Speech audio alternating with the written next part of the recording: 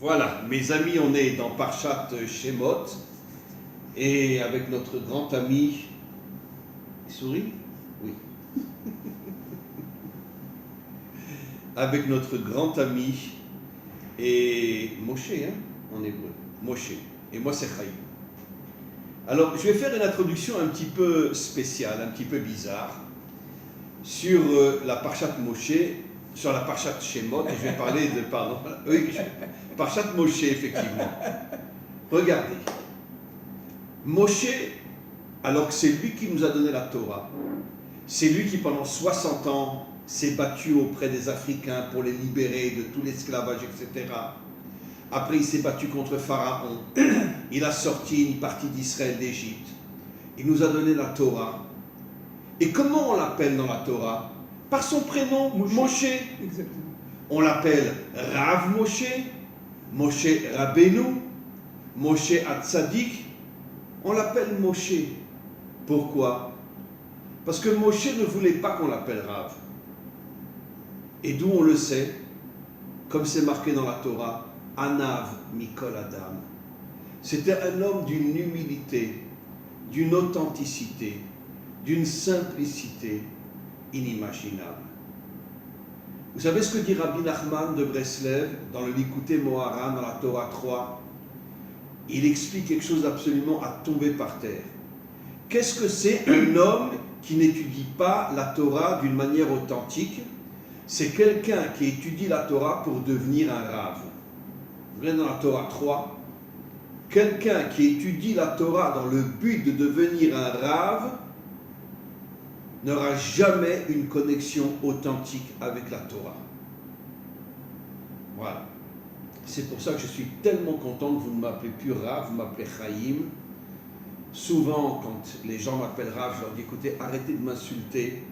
Je m'appelle Chaim Dinovitch et je ne veux pas qu'on m'appelle Rav. Parce que si on m'appelle Rav, je ne serai plus connecté avec la vraie Torah. Et l'exemple le plus extraordinaire, c'est Moshe. On ne l'appelle pas Rav Moshe dans la Torah. Et son élève Yehoshua, on l'appelle Rav Yehoshua. Yehoshua, on l'appelle, alors que c'était un homme d'une grandeur dans la Torah inimaginable. Et David, on l'appelle Rav David. On l'appelle David. On l'appelle David. Tous les personnages bibliques sont appelés par leur prénom. Mais qu'est-ce que c'est cette folie aujourd'hui qu'on ose appeler quelqu'un qui enseigne la Torah Rav? Alors j'enseigne la Torah et alors vous allez m'appeler Rav parce que j'enseigne la Torah? J'enseigne la Torah, c'est tout. Mais je ne suis pas un Rav. Il n'y a plus de Rav aujourd'hui dans notre génération. C'est tous des déguisés. Et donc il faut comprendre, mes amis, que ce qui fait de nous un homme authentique, c'est ce qui est dit sur Moshe. Anav Mikol Adam, le plus humble des hommes. Il était annulé devant Dieu. Et c'est pour ça qu'il ne voulait pas qu'on lui donne un titre. Je m'appelle Moshe, un point c'est tout. Et donc je conclurai en disant la chose suivante. Mes amis, dans notre génération, vous n'êtes pas obligés de me croire, vous n'êtes pas obligés de m'écouter, vous n'êtes pas obligés de me suivre. D'ailleurs, je vais vous dire franchement, j'adore quand on me critique. Parce que ça prouve que je suis un vrai juif. Parce qu'un juif qu'on ne critique pas, c'est pas un juif. Quand un juif, tous ses élèves l'applaudissent et lui disent comme ça, on voit sur Rabbi Yochanan et Resh Lakish. À chaque fois que Rabbi Yochanan, le maître, ouvrait la bouche, Resh Lakish, son élève le critiquait. Et Rabbi Yochanan était tellement content que quand Resh Lakish est mort, une semaine après, Rabbi Yochanan est mort et il l'a rejoint. Il a dit, je ne peux pas me passer de mon élève. Un vrai juif authentique. Les écoles Hillel et Shammai. Et comme Hillel et Shammai, qui tout le temps se contredisaient, et pourtant ils s'épousaient entre eux. Comme c'est marqué dans le Talmud, Hillel donnait ses filles à Shammai, et pareil. Donc mes amis, je voudrais vous transmettre un message important. D'accord? Arrêtons d'appeler un enseignant de Torah Rav ou Rabbi. C'est un homme comme les autres. Il n'est pas différent des autres. Il a choisi d'enseigner la Torah, très bien. Mais on l'appelle par son prénom ou on l'appelle par son nom de famille. Comprenez, mes amis, je répète ce que dit Rabbi Nachman. tout celui qui étudie la Torah dans le but de devenir Rav, regardez la Torah 3, la troisième Torah du Likutei Moharan. C'est un homme qui n'aura jamais une vraie connexion avec la Torah. Parce qu'il se prosterne devant son ego, je suis un Rav, je suis un Rabbi, etc. Et vive Moshe, que la Torah l'appelle Moshe et ne lui donne aucun titre, vive Moshe. Voilà. Bon, merci. Chaim, je suis toujours très heureux de vous avoir. Boker Tov, bonjour. Permettez-moi d'abord de citer un de mes plus grands maîtres que j'ai souvent cité, évidemment, Manitou. Dans son livre... Rabbi Ashkenazi. Rabbi Ashkenazi. Non, Ashkenazi. Non, Léon... oui. Léon Ashkenazi. Léon... Voilà, appelons-le comme Moshe, Léon Ashkenazi. Yehuda, Léon Ashkenazi. Yehuda, Léon Ashkenazi. De son ouvrage Kimitzion, note sur la paracha. Voilà, regardez, et on va essayer de comprendre un peu ce qui se passe. Et voici les noms que sont dans la paracha Shemot, les noms des Shemot fils. veut dire les noms. Oui, et voici les noms des fils d'Israël venus en Égypte avec Jacob, chacun était venu avec sa maison, ça veut dire sa famille. Sa famille. Exode 1:1. Toutes les personnes composant la lignée de Jacob étaient 70 personnes. Quant à Joseph, il était déjà, dit Urav, Léon, en Égypte. Et Exode 1:5. j'ai fait un cours cette semaine, lundi, où j'ai expliqué que pourquoi la famille d'Israël était 70, ça fait allusion aux 70 nations, Absolument. pour faire comprendre qu'Israël est l'échantillon des 70 nations Absolument. adamiques. Absolument.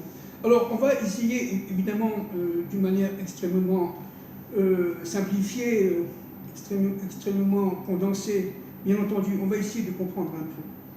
D'abord, dans la paracha Vayigash, la famille d'Israël, les enfants d'Israël sont cités, tous les chefs de tribu, avec leurs enfants. Et dans cette paracha Vayigash, on dit qu'ils formaient 70. Et là, regardez, c'est très intéressant, on ne parle plus des noms des fils d'Israël, on parle des fils d'Israël. C'est-à-dire, on ne les cite plus, on ne cite plus les noms. Notre maître Manitou disait, parce que les noms des fils d'Israël sont tombés en Égypte, en Égypte. Ils sont tombés dans l'obscurité de l'Égypte. Excusez-moi de vous interrompre, mais tous les juifs qui vivent en dehors d'Israël, d'accord, on les appelle par un nom profane. Exact. Parce qu'on n'a pas le droit, quand on veut s'inscrire je sais pas, à la mairie, etc., on ne peut pas donner un nom juif. Absolument. Voilà. Absolument. Et vous savez comment je m'appelle, moi, en français? Charlie. Ouais, Charlie, c'est mon prénom, mais je m'appelle Charles-Henri. Mais toute ma vie, on m'a appelé Charlie. À l'école, on m'appelait Charlie Dinosaure. Dinovitch, dinosaure. Charlie Dinosaure, toute ma vie. Alors, les noms des fils d'Israël venus en Égypte, notre maître dit que les noms étaient tout simplement descendus au niveau de l'Égypte. Donc,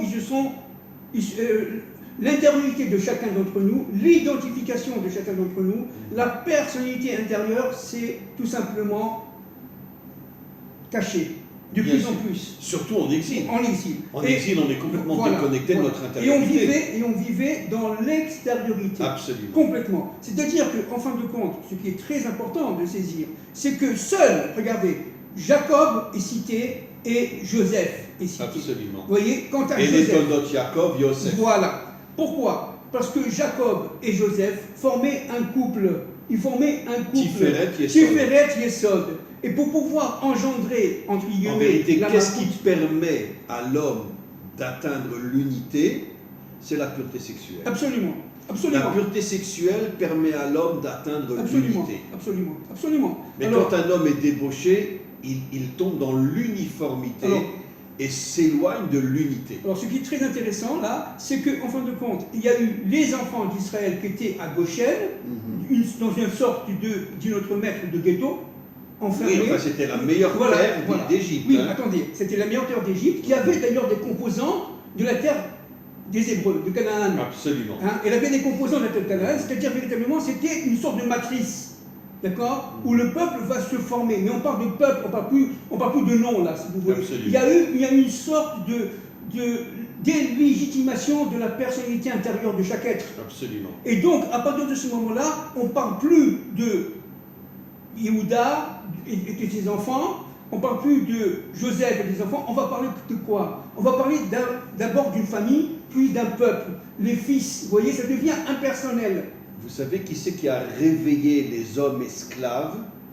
Ce sont leurs épouses. Exact. C'est marqué, vous le savez aussi bien, Bien que sûr, moi, bien sûr. que les épouses risquaient leur vie, Absolument. rentraient Absolument. dans les camps Absolument. pour voir leur mari, Absolument. et le mari se réveillait et il faisait un enfant, et c'est comme ça que le juif a pu continuer. Mais qui c'est qui a réveillé l'homme? Comme on dit, la femme c'est la couronne de l'homme, c'est la bénédiction de l'homme, c'est la force de l'homme. Puisque vous parlez de ça, vous savez que, bon, il y a beaucoup de midrashim, évidemment, il y a beaucoup d'explications, évidemment, mais un midrash intéressant, c'est que chaque femme portait 5 à 6 enfants à la fois. Bien sûr. À la fois. Absolument. C'est-à-dire qu'elle pouvait avoir jusqu'à 50 enfants par femme. Ce sont des midrashim. Ce sont les femmes qui ont sauvé leur mari. Et ça rendait complètement fou Pharaon. Mais regardez, on est quand même là-dedans, non pas dans le nom, mais dans les nombres. Absolument. Vous voyez la différence? C'est-à-dire qu'en fin de compte, ça c'est très important. D'une manière générale, on parle de mispar shemot. Ça veut dire le nombre des noms. Mispar shemot. Le nombre des noms. Oui, tout le problème, c'est de passer de mispar à shemot. C'est-à-dire de passer du nombre qui est impersonnel, qui est le monstre froid de la statistique, et Dieu sait, en tant qu'économiste, je sais comment on peut manipuler les chiffres, comment on peut manipuler les statistiques. Évidemment. On travaillait toujours, nous, à l'époque, avec une interview de conférence, pour ceux qui connaissent les statistiques, d'à peu près 15 à 20%. Ça veut dire que malgré tout, les calculs et très savants, statistiques et mathématiques, on arrivait toujours avec un risque d'erreur de 15 à 20%. Absolument. D'accord? À l'époque, bon. Vous savez que dans le mot Shemot, il y a le mot Mavet. Bien sûr, voilà. C'est exactement ce que vous avez dit. Pourquoi la deuxième partie de la Torah s'appelle Shemot? Pour nous faire comprendre que d'abord 80% des Juifs sont morts, Absolument. Ils ne sont pas sortis d'Égypte, et même ceux qui sont sortis portaient la mort en eux. Après des 210 ans d'esclavage, ils portaient la mort en eux. Alors, toute la question est la suivante. Comment subsister dans cette extériorité d'Égypte sans son intériorité? Et de plus en plus, l'intériorité se fermait. Et à partir de ce moment-là, on était complètement déconnecté de Dieu, complètement déconnecté. Et quand Moïse est apparu, dans les familles même, il y a eu de très grandes discussions. Parce que la fille comprenait que Moïse était un grand prophète envoyé par Dieu, mais le père ne le voyait pas. La mère ne le voyait pas non plus. Donc c'est-à-dire, si vous voulez, alors qui c'est qui est sorti? La fille. Eh bien, qui c'est qui a sauvé Moshe? C'est Myriam. Voilà. Mais le père et la mère n'acceptaient pas que Moshe serait le libérateur. Exactement. Et pourtant, Amram, c'était un géant. Absolument. C'est Myriam qui a compris que ce serait le libérateur. Absolument. Mais vous avez perçu, je sais que vous le savez, on ne parle pas de Amram ou de Yocheved. On parle l'homme, d'accord, de la famille de Lévi. Bien sûr. On ne donne pas son nom. Plus tard, on lui donnera son nom plus tard. Voilà. Et Bithia, la fille de Pharaon. Et Bithia était évidemment la fille de Pharaon, mais on donne son nom plus tard. Et même Moshe. D'abord, elle ne s'appelait pas Bithia. Oui. Bithia veut dire la fille de Dieu. Bien sûr. Donc elle ne pouvait pas s'appeler Bithia, elle avait un nom égyptien. Absolument. Mais la Torah l'appelle Bithia. Exactement. Pour bien nous faire comprendre que c'était une femme exceptionnelle. On en parlera tout à l'heure. Qui d'ailleurs s'est convertie, qui a épousé le chef de la tribu de Yehuda. Et surtout qui a sauvé Moshe. Absolument. On en parlera tout à l'heure parce que c'est de la véritable folie, le travail secret qu'on fait. La fille de Pharaon. La fille de Pharaon. Pourquoi je vous dis ça? Parce que même dans le mot Moshe, Moshe c'est pas un nom hébraïque, c'est un nom égyptien. Seulement qui signifie en hébreu. À l'envers, Hachem. Exactement. Je suis le représentant de Dieu. Exactement. Moshe, Hachem. Exactement. Je suis le représentant de Dieu. Ce sont les mêmes lettres. Ce sont les mêmes lettres que Hachem. C'est-à-dire qu'en fin de compte, tout est complètement codé. Pourquoi on parle du livre de Shemot, parce que ce sont en fin de compte les noms de Dieu qui apparaissent à travers ces personnages. Ce sont les noms de Dieu qui apparaissent à travers tous ces personnages qui aujourd'hui, au début, sont cachés, puis progressivement se révèlent. Et progressivement se révèlent. Et c'est pour ça que Yehoshua s'appelle Yehoshua, qui veut dire la délivrance. Absolument. La délivrance d'Israël qui rentre sur sa terre. Absolument. Alors donc, si vous voulez, Myriam, qui au début est appelée la sœur. La sœur de Moshe. De Moshe, d'accord? La sœur. Myriam, la sœur de Moshe. Qu'est-ce qu'elle a perçu lorsqu'elle est partie voir elle était très jeune, elle avait 3-4 ans, voir son père et sa mère pour lui dire retournez ensemble parce que sinon, non seulement... Tous les Juifs s'étaient séparés. Exactement. Pour ne pas mettre des enfants au monde, pour pas que les Égyptiens les tuent. Absolument. Il ne faut pas quand même penser entre parenthèses, il faut savoir que ce pharaon était un assassin notoire. C'était un Hitler notoire. Il avait une maladie de lèpre dans la peau et il faisait tuer 300, bon, c'est pas des midrashim, 300 bébés le matin et 300 bébés le soir pour se baigner dans le sang. Dans le sang. Il se baignait dans le sang des 600 enfants tous les jours qu'il assassinait. Et il versait le sang dans sa baignoire et il se baignait dans le sang. Et avec le corps, il en faisait tout simplement des briques. Mais c'est de la folie. C'est-à-dire qu'en fait, nous sommes dans un temps extrêmement dur. Les Bnei Israël, les enfants d'Israël sont tombés en Égypte. Mais pourquoi ils sont partis en Égypte? Pourquoi Chaïm, ils ont été exilés en Égypte? Eh bien, j'ai fait un cours en hébreu, précisément hier, où j'explique que la descente en Égypte est la même que la descente d'Abraham et Sarah en Égypte à cause de la famine. J'ai entendu, à Hebron. Voilà, je l'ai fait à Hebron, à cause de la famine. Oui. Et j'ai expliqué qu'en vérité, Abraham n'aurait jamais dû descendre en Égypte. Il aurait dû avoir une émouna inimaginable de ne pas quitter la terre d'Israël. Et s'il avait eu une émouna, une foi surnaturelle, Dieu l'aurait aidé à trouver de quoi manger. Mais il est descendu en Égypte.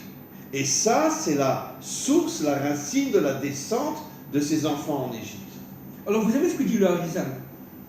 Le Harizal dit une chose extraordinaire. Bon, je donne ça de mémoire.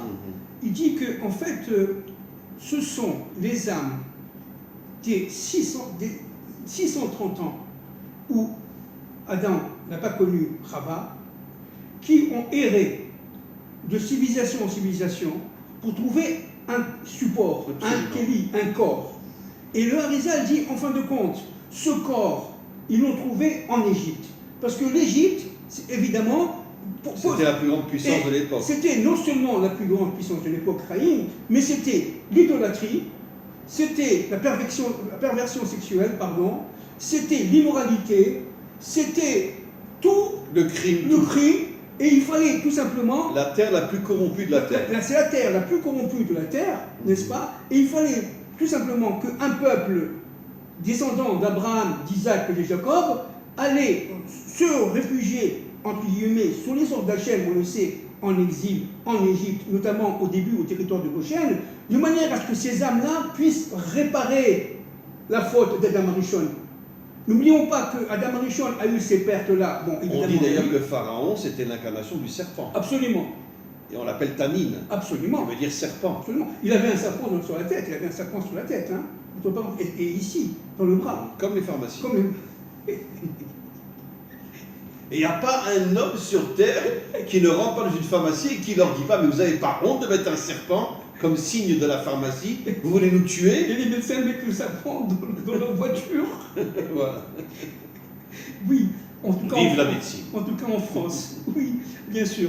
Alors, donc, non seulement ces âmes ont été récupérées par les âmes d'Israël qui sont tombées en Égypte pour faire la réparation. Et entre parenthèses, elles sont sorties avec le peuple, avec les 20%. Mais surtout, et c'est très intéressant, c'est qu'ils sont descendus pour annoncer la descente de la fin des temps, où véritablement le peuple aujourd'hui descend. C'est pour ça que les 4 exils sont appelés Mitzrayim. Absolument. Pour nous faire comprendre que le dernier exil Édom, c'est Mitzrayim. Absolument. Ça veut dire que Mitzrayim ne veut pas dire l'Égypte, Mitzrayim veut dire les limites. Absolument. On est dans un monde de limites inimaginables aujourd'hui. Inimaginable. Absolument. Qui c'est qui peut aujourd'hui casser les limites? Absolument. tout le travail d'Israël, c'est de récupérer ces âmes. C'est pour ça que quand Moïse est parti d'abord chez Yitro, bon, je sais que vous n'êtes pas d'accord avec ce que je vais dire, mais je vais dire quand même c'est normal, une explication. On est deux juifs. Si je suis d'accord avec vous, je ne suis pas un juif. Une explication. Je vous rentre dedans. Hein. Une explication parmi d'autres. Moshe a vécu 120 ans. C'est ce que disent les Rachamim, c'est ce que dit le Rav Cherki, c'est ce que dit le Manitou, mais évidemment, je peux comprendre qu'on ne soit pas d'accord avec lui parce qu'il y a plein de midrashim, plein d'explications là-dessus. Non, il a vécu 120 ans. Alors, non, attendez, il a vécu 120 ans. Puisqu'il a commencé à être libérateur à 80 ans, bien sûr. Et 40 ans dans le désert, bien sûr, ça fait 120. Avec le respect que je vous dois, laissez-moi parler. Juste une minute. Je vous laisse parler. Alors, 120 ans. Et après, je vous rentre dedans. 120 ans, c'est 3 fois 40. Alors, 3 fois 40, d'accord? Ça veut dire 40 ans. Dans les 40 ans, d'après ce que j'ai entendu de mon maître Manitou, c'était 20 ans en Égypte, il était vice-roi d'Égypte, etc., etc. Il a fait donc carrière en Égypte, il a été dans l'armée égyptienne, entre parenthèses, etc. Et il s'est retrouvé en tant que soldat égyptien en Égypte, c'est ce que j'avais entendu à l'époque, en Égypte, où il a, là, ici, connu des chefs de tribus égyptiens, etc. C'est les 20 ans qui suivent. Ça veut dire quoi? Excusez-moi, parce que je veux absolument confirmer ce que vous dites. Ça veut dire que c'est comme le Mashiach. Le Mashiach, c'est un Baal Teshuvah. Exactement. Moshe était un Baal Teshuvah. Absolument. Il a vécu comme un Égyptien. La preuve, c'est que les filles de Yitro ont dit « Un Égyptien nous a sauvés ». Absolument. Il était habillé en égyptien. Il avait une tête d'Égyptien. Il parlait égyptien. Donc c'est un Baal Teshuvah. Oui. Le Mashiach ne sera pas un tzaddik, il ne sera pas un rabbi. Ça serait un Baal Teshuvah. Oui, mais Moïse a reçu de sa mère Yocheved, pendant qu'elle allaitait, toutes les forces permettant de réveiller son lecteur hérité. Bien sûr. Hein? C'est-à-dire que, et ça, on va en parler tout à l'heure de cet immense Bithia, n'est-ce pas, et de Tzipora si on a le temps, ou la prochaine fois, Binéder. Et donc, ce qui est très intéressant pendant les 40 premières années, ce que j'ai appris, n'est-ce pas, à l'époque, il y a 20 ans, il était en Égypte, il a appris véritablement, il a fait l'école militaire, comme dirait en France, etc. C'était un soldat, un général égyptien, un chef d'armée égyptien. C'était un combattant, Moshe, il ne faut pas oublier. Hein. Mais toute sa vie, c'était un combattant. Toute sa vie, c'était un combattant. Toute sa vie, c'était un combattant. Moshe, c'est l'exemple même de l'homme authentique. Absolument. C'est-à-dire spirituel et un homme d'action. Absolument. Il a été donc, il a fait les guerres, il a épousé l'épouse d'un roi égyptien, de tribu africain, d'un roi africain qui est mort à la guerre, et on l'appelait la Couchite. Vous savez qu'il n'a jamais eu de rapport avec elle. Jamais il a couché. Hein. C'est très intéressant ça, parce que c'est écrit dans mon livre. Il n'a jamais couché pour une raison très simple. C'est parce qu'il pensait que, en fin de compte, ce qui s'est passé avec Yaakov Avinu par rapport à la femme de la mère d'Amalek, n'est-ce pas, il a refusé. La mère d'Amalek, c'était la fille de comment il s'appelait, le fils d'Amalek. Non, le fils de Esav. Non, mais bien sûr. Ça va me revenir. Oui. J'ai un trou là, mais ça va me revenir, n'est-ce pas? Il est évident que Timna, elle s'appelait Timna, la fille de son oui, père. Absolument. Et il a couché avec sa fille. Absolument. Et de là est venu Amalek. Absolument. Mais ce qu'il faut savoir, que Timna voulait rentrer dans la famille de Jacob. Bien sûr. Et Jacob l'a refusé. Et pour éviter. Parce qu'il a vu Béron Kodesh était une mamzera. Exactement. Parce qu'au départ, le fils de Esav avait couché avec une femme mariée. Oui, c'est ça. Et donc, Moïse avait peur de refaire la faute de Jacob. Ça, c'est écrit dans le Zohar. Oui, mais elle était veuve, cette femme-là. Oui, mais il avait peur quand même alors, c'est pour ça qu'il s'est marié. Il n'a pas touché pendant tout le temps. Et donc, il s'est retrouvé 40 ans après, ça c'est les 40 premières années, 40 ans après, il était avec Yitro. Il a vécu longtemps. Il épouse Tzipora. Il était avec Yitro et il est devenu élève de Yitro. C'est-à-dire, Jéthro, en français c'est Jéthro, c'est-à-dire qu'en fin de compte, Jéthro qui était un... Jéthro ou Métro? C'était un prince midianite, c'était un grand... C'était un idolâtre. Un idolâtre de folie, mais il représentait en fin de compte... Il a fait tchouva. Il a fait tchouva, il représentait en fait le monde idolâtre de toutes les civilisations, Bien sûr. qui vont à la fin des temps reconnaître le Dieu d'Israël. Yitro était véritablement un idolâtre, mais avant de connaître Moïse, il avait commencé à chercher la vérité, le Hémet. Absolument. D'ailleurs, il avait quitté sa fonction Absolument. de prêtre idolâtre. Oui. Bien qu'il était toujours idolâtre. Il était idolâtre. Mais il ne voulait plus être prêtre idolâtre parce qu'il cherchait la vérité. Absolument. Et après, il va faire teshuva, il va se convertir Absolument. et il va devenir un juif. C'est exactement ça. Et donc, il a travaillé au jour le jour, très profondément, avec sa fille, Tzipora, de manière à tout simplement former, entre guillemets, évidemment, un couple, pour pouvoir trouver le Hémet. Et sa fille a été extrêmement active là-dedans. Elle a aidé son père à reconnaître le Dieu d'Israël. Avant Moshe. D'ailleurs, Tzipora veut dire l'oiseau. Voilà. L'oiseau, c'est le seul animal qui unit le ciel et la terre. Voilà. Puisque l'oiseau est dans le ciel, mais il descend aussi sur terre. Voilà. Donc ça veut dire que Tzipora est le symbole de l'unité entre le monde d'en haut et le monde d'en bas. Pourquoi ça s'appelle Tzipora? C'est le Tzipor par le E. Bien sûr. Et le E, c'est la malchoute. Bravo. Vous comprenez? C'est fou. C'est-à-dire, en fin de compte, comme vous dites très justement, Chaim, c'est un oiseau qui fait le lien entre le ciel et la terre, mais par son prénom Tzipora, elle était tout simplement dans la malchoute. Elle faisait le lien entre les deux.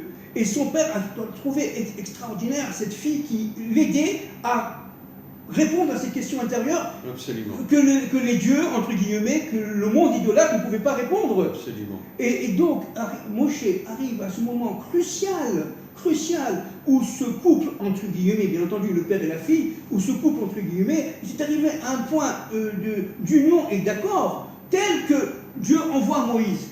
Il faut savoir une chose très importante, c'est que lorsque Moïse est arrivé, il a rencontré Réuel. Réuel étant le grand-père de Tzipora, le père de Yitro. Et il y a plein de midrashim. Il aurait été mis en prison, Moshe, quelques années, parce que tout simplement, Réuel n'avait pas confiance en lui. Il a pris pour un voleur, quelqu'un qui a fui l'Égypte, etc. Mais après ces quelques années, bon, ce sont des midrashim. N'oublions pas que Yitro était un des conseillers de Pharaon. Absolument. Alors, on va y venir. Mais pas un mauvais conseiller. Absolument. Pas comme Bilam. On va y venir, et ça c'est tout à fait juste. On va y venir. Or, qu'est-ce qui s'est passé? C'est que en revenant de cette prison, entre guillemets, évidemment, ce sont des midrashim, je répète, Moïse a vu dans le jardin de Réuel un bâton.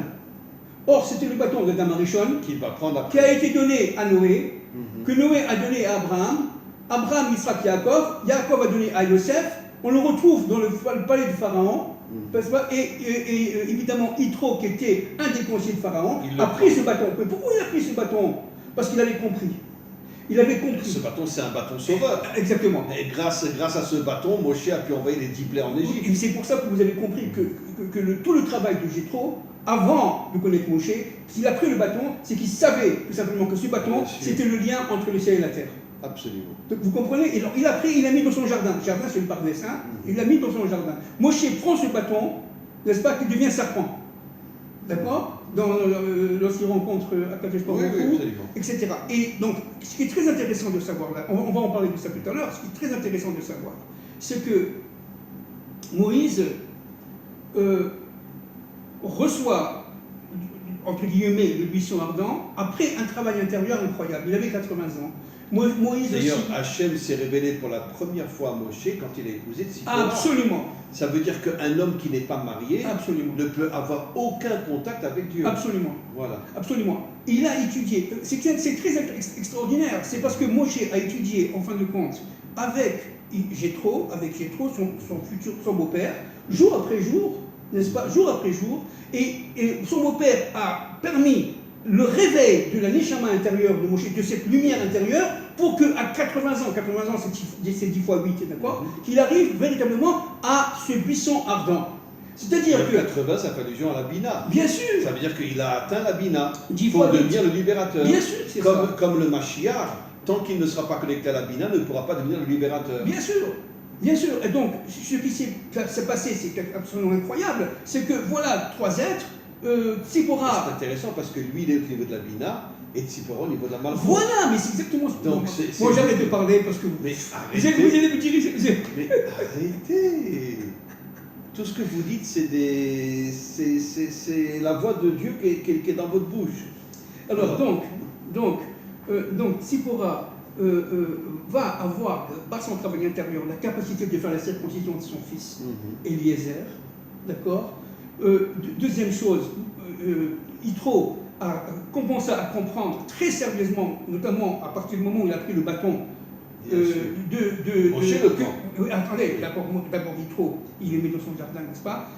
Et après, de comprendre qu'il y a un Dieu, un maître de l'histoire. Donc tout le travail de Yitro et de Tzipora s'est fait avant l'arrivée de Moshe. Bien sûr. Vous comprenez? Moshe arrive à un point crucial, donc ce couple, Tzipora et Jéthro, et à partir de ce moment-là, ils forment un couple à trois. Et ça, c'est très important. Absolument. Parce qu'à partir de ce moment-là, il va voir. Maintenant, écoutez, évidemment, le buisson ardent, au niveau du Pshat, c'est un buisson ardent. Il est parti chercher une brebis qui s'est égarée au Mont Sinaï. Et il voit un buisson brûlé. Mais qui ne se consume pas. Voilà, mais ça, c'est l'extériorité qui est juste. Évidemment, c'est juste.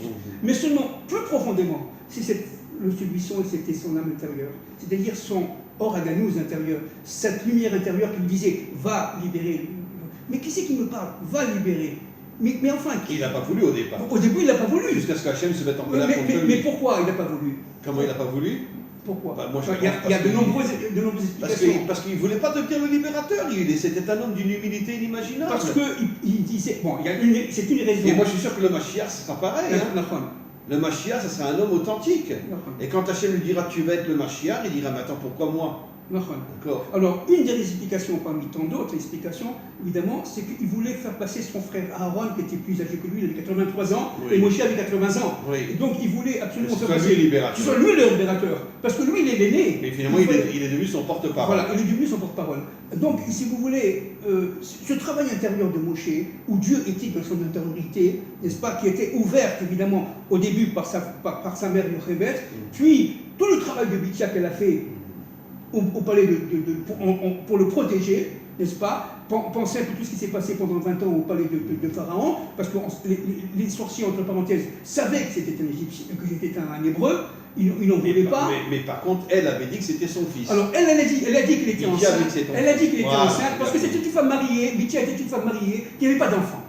D'accord? Et elle voulait absolument donner à son père, qui était Pharaon, si vous voulez, un héritier. Donc, elle a trouvé le stratagème de dire je suis enceinte, donc elle a menti, et elle a accouché, soi-disant, du bébé. Elle a mis, le pharaon pensait que c'était son grand-père, vraiment, que c'était vraiment le grand-père de Moshe.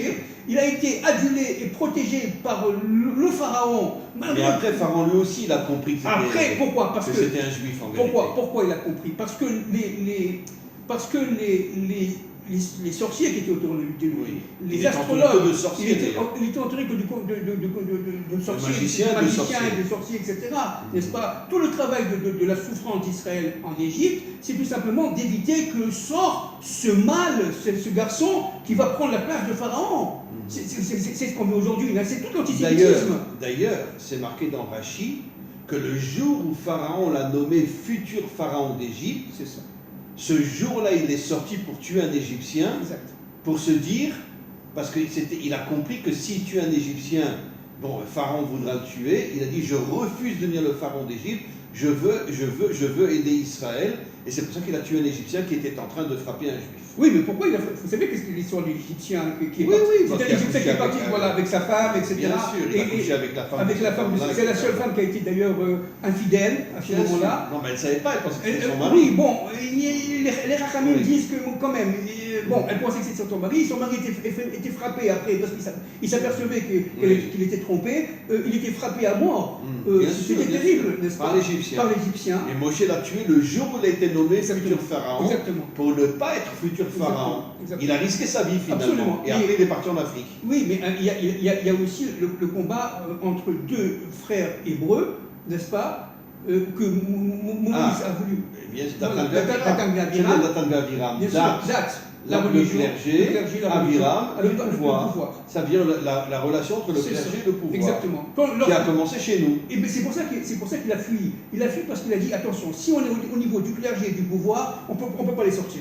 On ne peut pas les sortir, c'est pas possible. C'est pour ça qu'Hachem a les a appauvris et ils sont tombés complètement. Exactement. Alors, donc, maintenant, on revient à un point fondamental, c'est la circoncision. Alors, cette histoire de Moshe va avec sa famille, avec son fils Gershom qui était l'aîné, Eliezer venait de naître, il avait 8 jours, il devait faire la circoncision, et il ne l'a pas fait. Alors évidemment, il y a plein d'explications. Non, parce que Moshe pensait qu'il ne pouvait pas faire la circoncision parce que comme il partait en Égypte, voilà. Et il ne pouvait pas circoncire son fils. Voilà. Alors, il pensait peut-être le circoncire en Égypte. Voilà. Alors tout le problème c'est, est-ce que je dois sauver Israël d'abord ou sauver mon fils. Ah, évidemment, il a choisi de sauver Israël. Il a choisi de sauver Israël. Or, pourquoi il a risqué la mort? Et il y a un midrash extraordinaire. Alors évidemment, c'est codé, un serpent. D'ailleurs, c'est dans le midrash Rabbah. Le Paracha Shemot, Midrash Rabbah, Paracha Shemot. Un serpent est rentré par la tête, il est jusqu'à la taille, il est ressorti, le serpent est ressorti, comme c'est le serpent de Bereshit, il est ressorti, il est rentré, et Tzipora l'a vu, il est rentré par les pieds, et cela jusqu'à l'organe génital. Et à partir de ce moment-là, elle a compris que son mari était en danger, elle a circoncis, elle a commencé la circoncision de son fils. Et là, le serpent est parti. Et ça, le serpent est parti. Ça veut dire que, en faisant ça, Tzipora a signé elle était rentrée dans la Bina, dans le chiffre 8. Elle avait carrément donné à son mari le pouvoir d'aller voir Pharaon. D'ailleurs, c'est marqué dans le Zohar, comme le tzipor, l'oiseau, est plus dans le ciel que sur terre, c'est pour ça qu'il est au niveau de la Bina. Absolument. Absolument. Et on dit que le Mashiach sera dans Kan Tzipor. Absolument. Kan Tzipor, ça veut dire qu'il se connectera à la Bina. Exactement. Bien sûr. Bien sûr. C'est marqué dans le Zohar. Bien sûr. Le Kan. L'endroit du Mashiach, c'est Kan Tzipor. Et qu'est-ce que c'est Kan? C'est l'ustensile, c'est le Kéli. Absolument. C'est le nid. Le nid, Kan Tzipor, c'est le nid, d'accord? Kan Tzipor. Et Tzipor, c'est la Bina. C'est la Bina. Et on pourrait même expliquer que le Kan, l'ustensile, c'est la Malchut. Absolument. L'union entre la Bina et la Malchut. C'est exactement ce que je voulais dire. Absolument. C'est incroyable parce qu'en fin de compte, tout le Mashiach, qu'est-ce que c'est? C'est la reconstitution de la Malchut à travers le Kéli, c'est-à-dire l'instrument, et le Or, parce que la Malchut, c'est l'ustensile qui contient les 9 attributs divins. Absolument. Et les 9 attributs divins se dévoilent dans la Malchut. Absolument. Et c'est ça qu'a fait Tzipora. Donc c'est de la folie. Maintenant, 2 mots sur Bitya, qui est une femme absolument incroyable. Bitya aussi a fait ce travail intérieur toute seule. Rachid dit que lorsqu'elle est partie dans le Nil... Pourquoi elle a sauvé Moshe? Parce qu'elle a vu que la Shrina était avec lui. Oui, et là, elle a compris que ce serait le libérateur. Oui, absolument, dans un second temps. Mais dans un premier temps, elle était en tchouva, elle était en train de devenir juive. Mais c'est pour ça qu'elle est descendue dans le Nil pour faire une tevila, le mikvé. Pour faire un mikvé. C'était le mikvé. Oui. Elle a voulu se purifier. Absolument, c'était le banal. De toutes les saletés qu'elle avait fait avant. Absolument. Elle a voulu se purifier. Rachid dit que... C'est clairement Rachid. Oui, Rachid le dit. Elle a été dans le mikvé. Et ça a été repris par le Maharal. Elle a été dans un mikvé. D'accord? Et en allant dans un mikvé, évidemment, elle a compris évidemment qu'il y avait un berceau hébreu, évidemment, elle a compris, mais elle a vu une lumière, comme vous l'avez dit, Raïm, au début, elle a vu une lumière qui était autour de ce... Excusez-moi de vous interrompre, mais c'est à pleurer. Moshe, finalement, toute sa vie, on pourrait dire qu'il a vécu avec des goïms. Ah oui, absolument. Il a été sauvé par la fille de Pharaon, absolument. Après il a épousé une africaine, absolument. Après il épouse Tzipora, qui n'était au départ pas juive. Absolument. Et finalement, qu'est-ce que Moshe veut nous faire comprendre? Que tout le travail d'Israël, c'est l'union entre Israël et les nations. Tout à fait juste. Tout à fait juste. C'est pour ça qu'il n'a jamais épousé une juive de naissance. Tout à fait juste. D'ailleurs, Moshe avait tout compris. Mais absolument. D'ailleurs, entre parenthèses, il y a des midrashim là-dessus. Même son frère Aaron, lorsqu'il a revu Moshe, il a dit, mais enfin, pourquoi tu t'es marié avec une non-juive? Il n'y avait pas des juifs chez nous. Il a dit, non, c'est elle ma femme, c'est Tzipora. C'est complètement fou. Et il a tout compris, Il a tout compris. Il a tout compris. Que tout le travail d'Israël, c'est l'unité dans le monde. Absolument. L'unité dans le monde. Réparer la faute d'Adam. Qui est la séparation entre lui et sa femme. Qui est la séparation entre Israël et l'humanité. Exactement. Donc, ce travail secret de Bitya, elle était seule. Évidemment, imaginons qui était Bitya. La fille de Pharaon, elle vivait dans l'idolâtrie autour, elle vivait dans les dieux, elle pensait que le dieu Ra, R-A, accent Mais qu'est-ce que la Torah veut circonflexe. faire comprendre? Qu'il y a Était des le gens, dieu égyptien. il y a des gens inimaginables partout. Absolument. Vous savez, j'ai déjà raconté cette histoire 1000 fois. Vous savez que l'officier qui était le chef des têtes de mort avant les camps de concentration, qui a tué des centaines de milliers de juifs, son fils, quand il a appris ce que son père avait fait, il est parti à Montréal, sans dire au revoir à ses parents. De Montréal, il est venu à Jérusalem, il s'est converti, et il est devenu un grand rabbin vegan. Oui, absolument. Le fils des têtes de mort. Absolument, c'est complètement. Exactement comme la fille de Pharaon. Oui, alors voilà, cette fille-là qui a vécu dans l'idolâtrie, dans le mensonge, dans la débauche, mais faisait un travail intérieur. Exactement comme Tzipora. Elle faisait un Parce qu'on travail dit que intérieur. le bien est rentré dans le Oui, mal. absolument. Elle a fait un travail. Et quand elle est arrivée au bout de son travail intérieur, prêt à devenir hébreu, à devenir juive, elle rencontre Moshe. Et la C'est preuve, exactement que la même chose. Des descendants de Haman se sont convertis, sont devenus de grands maîtres à Bnei Brak. Absolument. C'est exactement la même chose qui s'est passé entre Jéthro, Tzipora et Moshe. Moshe arrive à un point crucial de la maturation de Jéthro et de Tzipora. Et il arrive à un temps crucial de la maturation de Bitya. C'est-à-dire qu'en fin de compte, Moshe, c'est, en fin de compte, si vous voulez, le révélateur. Le révélateur, Le révélateur. de tout le bien qu'il y a dans le mal. Exactement. Le révélateur C'est pour ça qu'il va faire Teshuvah, Yitro. le révélateur du travail intérieur qu'ont fait ces femmes, d'accord, qu'ont fait ces femmes, pour pouvoir faire sortir la réparation, permettre la réparation de la faute d'Adam et de Ève. Absolument. Et ce Mais révélateur-là. je suis sûr que Bitya était une réincarnation de travail. Ah, mais bien sûr. Et ce travail-là qu'a fait Moïse, n'est-ce pas? Eh bien. Même en tant qu'enfant, en tant mais, que bébé. Mais bien sûr. Parce qu'il avait la Shrina avec lui. Il avait la présence divine avec lui. Elle l'a vu. Il y a un midrash qui dit extraordinaire. Oui. Il était loin et la main le bras du Bitya s'est allongé pour le prendre. C'est un midrash. Elle s'est allongée pour le prendre. C'est-à-dire que véritablement, elle a compris Que c'était libérateur. non seulement que c'était un hébreu, mais elle a vu, comme vous avez dit, Chaim, la Shrina, la lumière sur le berceau, et que ce bébé-là n'était pas un bébé comme les autres. Vous savez, je suis persuadé, convaincu que la femme du Mashiach sera une Française convertie. Maintenant, on en reparlera. Maintenant... Ah, vous n'êtes pas d'accord avec moi? Non. On en reparlera parce que... Je suis d'accord, vous n'êtes pas d'accord avec moi. Mais non, attendez. Parce que la conversion, moi ce que je pense, c'est que la femme du Mashiach descend d'Abraham, d'Isaac et de Jacob. Mais... Non, c'est Chava, c'est la... Voilà. Mais elle passera par une conversion. Voilà, j'ai pas fini. C'est Chava qui passe par l'hébreu pour devenir Chava. Vous comprenez? C'est Chava qui passe par l'hébreu pour devenir Chava. Donc elle doit faire tout le travail qu'a fait Bitya, tout le travail qu'a fait Sarah, tout le travail qu'a fait Tzipora, et tout le travail qu'a fait Ruth, etc., pour pouvoir réunir toutes ces âmes. Et évidemment Rachel, Léa, etc. Mais elle les portera en elle. Elle les portera en elle. Elle les portera en elle. C'est tout mon livre. Elle aura Sarah en elle, elle aura Esther en elle, c'est tout mon livre. elle aura Bitya en elle, etc. C'est tout mon livre. Ah, vous l'avez écrit dans votre livre? Mais oui, complètement. Mais évidemment. Complètement. Mais évidemment qu'elle aura toutes ces âmes en elle. Et ça, c'est la femme du Mashiach. Elle va prendre toutes les femmes, toutes les grandes femmes de l'histoire, elle va les porter en elle. Maintenant, qu'est-ce que c'est que cette histoire de conversion? C'est pas qu'elle était, par exemple... Alors, je vais vous surprendre. Chaim, je vous demande pardon, parce qu'en général, ce sont des choses que je dis à personne. Oui. Je dis jamais. Évidemment, je ne connais pas le Mashiach. Évidemment, je ne connais pas la femme du Mashiach. Mais je le ressens très fortement. On passe par différents niveaux, différentes graduations, différentes élévations. D'accord? Il y a arrivé à un moment donné, parce que Esaü est en nous, Ésaü est en nous. D'accord? On arrive à un moment donné. Voilà.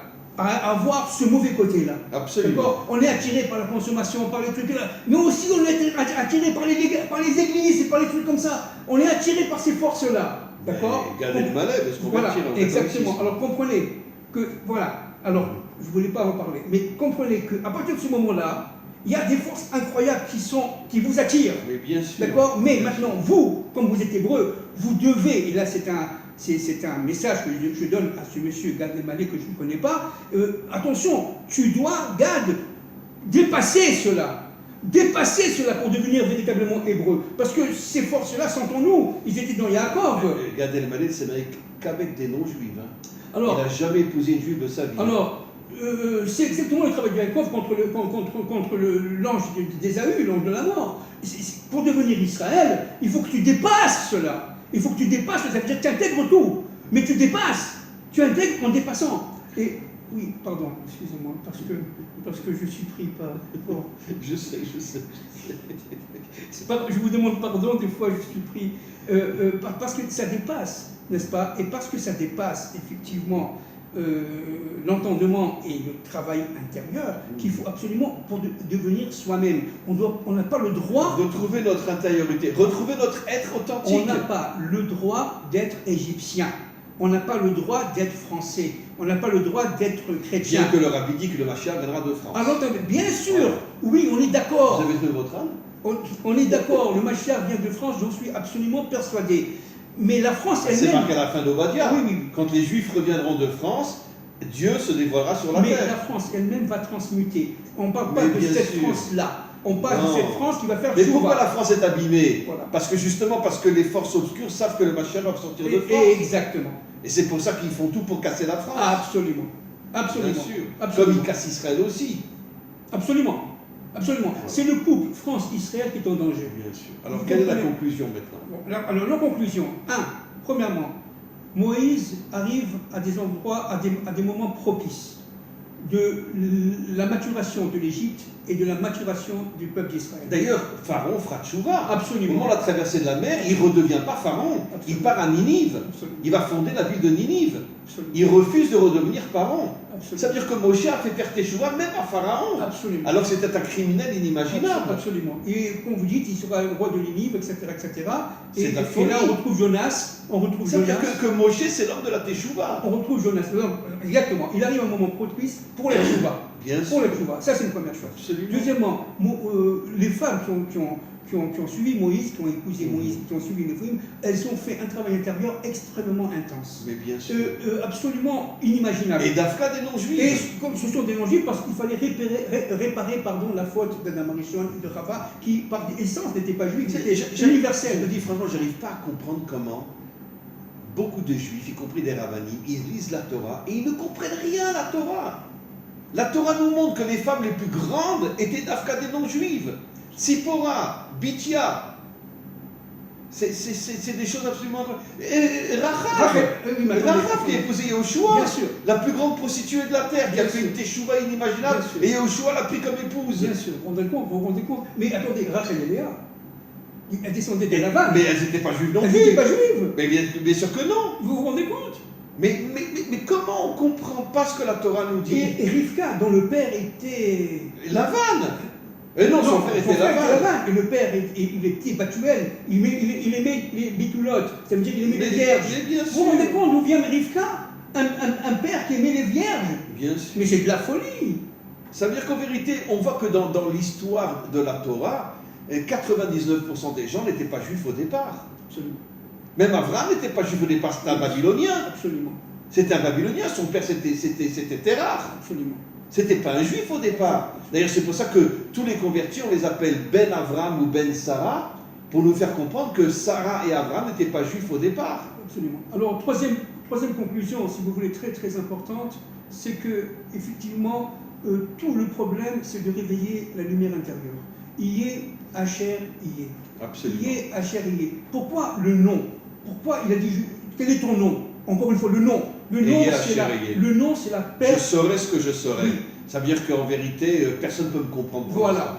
Pourquoi? Parce que Dieu a voulu tout simplement révéler que si tu n'as pas allumé ta lumière intérieure, tu ne peux pas me comprendre. Absolument. Parce que cette lumière intérieure est liée directement à la fonction que tu as toi. C'est la Shema qui est en nous. Donc, la présence divine qui est en nous. Alors qu'est-ce que c'est que le nom? Le nom, c'est la personnalisation de cette fonction. C'est une personnalisation de votre fonction qui est en vous, qui est en nous. Absolument. Et donc, Moshe, c'est un révélateur de fonction. Et c'est pour ça qu'il a créé un problème terrible dans les familles, pour finir, n'est-ce pas? Parce que, encore une fois, la fille était contre Moshe, le père était par exemple avec Moshe. Qui est sorti? Le père, mais pas la fille. La fille voulait finir ses travaux d'HEC pour pouvoir être docteur, etc. Le grand-père, il attendait la retraite, si je parle le langage aujourd'hui. Oui, mais qui c'est qui est sorti? Celui qui avait compris que Moshe avait allumé son âme intérieure, que c'était un prophète. Mais 20% pour conclure, toute la vie de Moshe, à part le fait qu'il a sorti les Juifs d'Égypte, c'est de ramener des non-juifs à Israël. C'est ça, c'est ça. Yitro, Tzipora, C'est ça. la femme égyptienne, C'est ça. Pharaon lui-même, C'est ça. qui a fait Teshuva, etc. C'est ça. Il a passé sa vie à ramener les gens vers Dieu. C'est ça.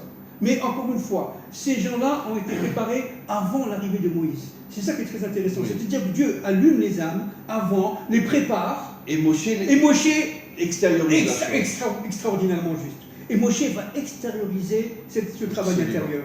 Et ça, c'est de Moshe. Absolument. Moshe, ça veut dire quoi Moshe le dit pour finir? N'est-ce pas? Ça veut dire qu'en fin de compte, Moshe va nous guider qu'à condition qu'on a fait le travail intérieur. D'ailleurs, Moshe se Sinon, on le verra réincarne pas. dans la Bina du Mashiach, Absolument. dans la Neshama qui est la Bina. Absolument. Ça veut dire que toute la force du Mashiach vient de Moshe. Vient de Moshe. C'est pour ça que Moshe on l'appelle Goël Rishon, Goël Acharon. Absolument. Pour dire que toute la force du Mashiach vient de Moshe. Ah, absolument. Absolument. Ça vient au niveau de son Nefesh, le Mashiach aura le roi David. Oui. Au niveau de Roua, c'est Yosef. Yosef. Neshama, c'est Moshe, d'accord? Oui. Après, évidemment, c'est Adam Arishon et Chava. Chaya, c'est Chaya. Adam. Et la Yechida, c'est Yechida, Mashiach le Mashiach lui-même. lui-même. Voilà. Chaya et la Magnifique. Yerida, c'est le Mashiach lui-même. Magnifique. Donc tout le travail d'Israël, c'est de quoi faire? C'est de reconstituer la Neshama du Mashiach. Ouais, ben, en attendant, on cherche son âme. quoi. Vous pensez qu'on va trouver son âme? Mais le Mashiach, il est là, on ne le voit pas. Oui. Il est là. Mais le Bartonora dit qu'il est dans chaque génération, Mais le bien sûr, Mashiach. mais bien sûr, mais il est Mais on là. ne sait pas où il est. Écoutez-moi, je veux finir maintenant sur un point très important.